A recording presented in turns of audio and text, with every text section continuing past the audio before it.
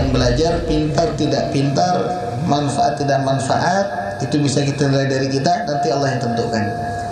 Oh ini bisa jadi ulama yang bermanfaat. Kita semua punya ilmu yang manfaat, ilmunya bisa berkah, bisa diamalkan, berhak mendapatkan taufik dan hidayah. Begitu juga Allah katakan, fa amma man utiya kitabahu bi yaminih fa sawfa yuhasabu hisaban yasira wa yanqalibu ila ahlihi masrura. Orang-orang yang mendapatkan catatan kitabnya dia dari tangan sebelah kanan, ini maksudnya nunjukin yang baik, dia terima, dia baca. Ini katanya Allah, fa sawfa yuhasabu hisaban yasira, bakal dihisab ringan, dan dia bakal kembali kepada keluarganya dalam keadaan senang. Loh kok bisa kembali?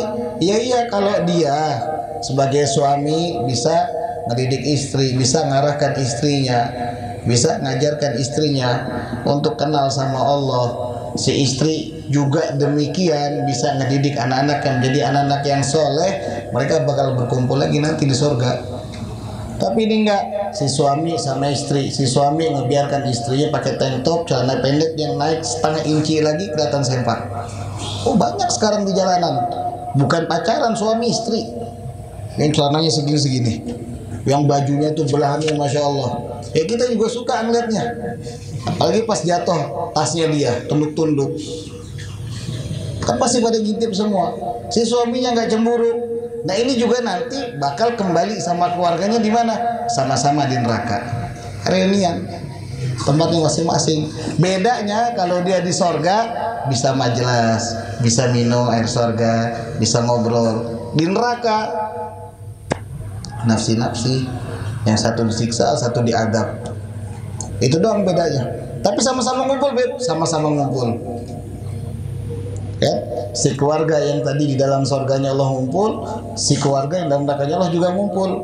Tapi bedanya yang di surga dia dengan keadaan tenang, dengan keadaan nikmat, nyaman, semua yang dia harapkan ada, yang dia inginkan ada. Yang di neraka, si istri di kamar lain, di ruangan lain, si suami di ruangan lain, si anak jadi pengedar sabu, naudzubillah. Kita nggak tahu. Makanya pendidikan agama itu pendidikan penting, belajar itu wajib, ilmu itu fardu ain. Ada ilmu namanya fardu ain yang wajib setiap dari kita tahu. Bukan cuma oh cukup Habib Muhajir yang tahu, enggak, kita pun harus tahu, wajib belajar. Nah tadi itu kalau kita punya ilmu, amal bakal jadi ringan, sehingga Allah ngehisap kita pun nanti ringan. Allah bakal ngehisap kita ringan. Tapi kalau kita sendiri sudah nggak punya bekal, apa bahasa sekarangnya, begonya sampai meninggal. Ini orang bego sampai meninggal, itu dia nggak sempat belajar, nggak sempat beribadah. Jadi apa dia dikubur? Wallahu a'lam. Loh tapi Habib katanya Nabi SAW bersabda bahwasanya nanti setiap orang yang masuk ke dalam surganya Allah dengan rahmatnya Allah, bukan dengan amal. Kan begitu? Betul, Nabi nggak pernah bohong. Setiap dari kita nanti bakal masuk ke dalam surganya Allah karena rahmatnya Allah. Permasalahannya, perbuatannya kamu sudah mendatangkan rahmat atau belum? Anda setiap hari bisa nelfon rahmat, Ted teman anak ke markas, tiap hari Ted malam ke rumah, namanya rahmat. Masalahnya senang atau enggak dianya itu loh, Anda nggak tahu. Sama rahmatnya Allah tuh bisa datang ke kita ini sebab perbuatan kita, mendatangkan rahmat atau mendatangkan adab. Contoh, ada orang niat berkumpul dalam keadaan yang bagus, dia pengen berselawat kepada Nabi, berzikir bersama-sama. Ini suka kita ingatkan. Tapi begitu ngumpul antara laki sama perempuan, sebetulnya masih bisa dipisah, masih jauh tempatnya. Tapi wis dah lah, kita sering melihat kok di YouTube, di televisi, di sini laki, sini perempuan, laki perempuan. Begitu mulai musiknya dum tak dum tak dum. Allah Allah Allah Allah ya Rasulullah. Ini yang di bawah joget semua, begini-begini. Isyatul amal, niatnya dia bagus, tapi caranya dia salah. Nggak boleh antara niat sama amal, kita sudah jelaskan berkali-kali, mesti sinkron. Contoh, ada orang, Habib saya pengen sholat sunnah selama 24 jam selama saya melek, saya punya duit sekian triliun di ATM, jadi saya pengen ibadah. silahkan. Begitu habis sholat asar dia sholat sunnah lagi. Kira-kira orang dapat pahala apa dapat siksa? Dapat siksa. Haram hukumnya orang yang sudah sholat asar kemudian dia sholat sunnah, kecuali dia berada di tanah haram, di Makkah atau di Madinah, atau dia sholat sunnahnya niat sholat sunnah wudhu atau tahiyatul masjid, itu boleh. Yang lainnya nggak boleh. Kan berarti butuh antara amal sama niat yang baik tadi butuh sinkron, nggak boleh sembarangan. Sama kita pengen mengagungkan Nabi Muhammad, muliakan Nabi Muhammad. Dalam ayat Allah katakan, "Man yu'azzim syairallah fa innahu min taqwal qulub."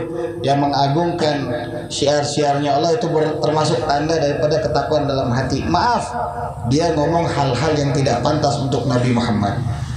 Ini mesti hati-hati. Jadi antara ilmu, niat, amal itu masih sinkron. Tiga-tiganya mesti baik. Jangan niatnya baik, ilmunya baik, amalnya salah. Amalnya salah. Dia katakan apa? Maaf, kotorannya kita itu nurnya Nabi Muhammad. Wah, ini pelecehan buat Nabi Muhammad. Wah, subhanallah, yang dengar, masya Allah, sidin ahli ma'rifat. Kalau tak kau itu, kalau emang tahi kita ini nurnya Nabi Muhammad, tidak mungkin Allah ngadab yang namanya iblis. Iblis jauh lebih mulia dari kita seharusnya. Ibadahnya dia sudah jutaan tahun sebelum kita. Hampir setiap jengkal di muka bumi Allah jadikan di bumi ini sudah pernah disujudin sama iblis. Kenapa kok Allah yang siksa? Karena bukan Allah ciptakan dari nur Nabi Muhammad. Baru ente orang merasa aman. Ini kita belajar ma'rifat. Ternyata kita semua ini nurnya Nabi Muhammad. Kalau tak kau itu nur Muhammad. Ya kalau enggak ada yang Allah siksa. Buat apa? Ada surga, ada neraka, ada ujian. Kan semuanya nur Muhammad. Berarti Allah bakal sayang. Loh tapi katanya semua kata siapa? Dalam hadis yang jelas ketika dikatakan innallaha khalaqa qabla asyanura nabiyika Muhammadin sallallahu min nurih. Di bawahnya ada lanjutannya. Itu Habib Ali istilahnya bukan memotong hadis itu untuk sebagai pemberitahuan. Allah menciptakan apa yang pertama kali nur Nabi Muhammad SAW. Wa khalaqa minhu, kemudian dipecah sama Allah satu cahaya tadi dibagi 4. Allah ciptakan yang namanya loh papan buat nulis takdir, wal qalam tulisannya, lauhul mahfuz, qalam, kemudian Allah ciptakan lagi arsy dan kursi. Sisa satu bagian itu Allah bagi 4 lagi. Terus sampai ke bawah terakhir ada bagian kecil Allah siapkan, Allah bakal berikan kepada hati orang yang beriman. Berarti nggak semua. Kalau enggak, orang kafir nggak bakal disiksa sama Allah. Jadi ini i'tiqad fasid, keyakinan, akidah yang salah kalau kita meyakini semuanya dari nur Nabi Muhammad. Hati-hati, dibuang jauh-jauh akidah begitu. Kalau enggak, Allah nggak bakal nyiksa yang namanya iblis, nggak bakal mengharamkan yang namanya babi. Kan ada nur Nabi Muhammad, tapi ada nasnya. Justru itu di nas itu menunjukkan bahwasanya Allah tidak menjadikan nur di babi tersebut. Kalau enggak kan apa yang kita takut? Sama-sama nur kita kok. Kan begitu. Sama-sama nur. Tapi Allah naskan, Allah kasih tahu ini loh. Nah ini semua kalau akidah kita pun masih salah, bakal terus-terusan nggak sempurna, nggak sinkron sama amal kita. Makanya kadang kita malas beramal karena kita sudah ngerasa halu. Kita ini juga termasuk orang yang selamat dari nurnya Muhammad. Kan begitu. Banyak kita kadang ngerasa aman. Apalagi kalau sudah pegang rokok kretek jam 12 ke atas, kopinya hitam nggak pakai gula. Oh ini kisahnya luar biasa. Mending kayak kita orang main game aja gitu loh. Bukan kita ngebela diri enggak, tapi maksudnya apa? Jangan ngebungkus hal-hal yang batil untuk apa? Untuk nafsu dunia kamu dibungkus lagi dengan hal-hal agama. Kenapa nggak sholat? Cukup saya sudah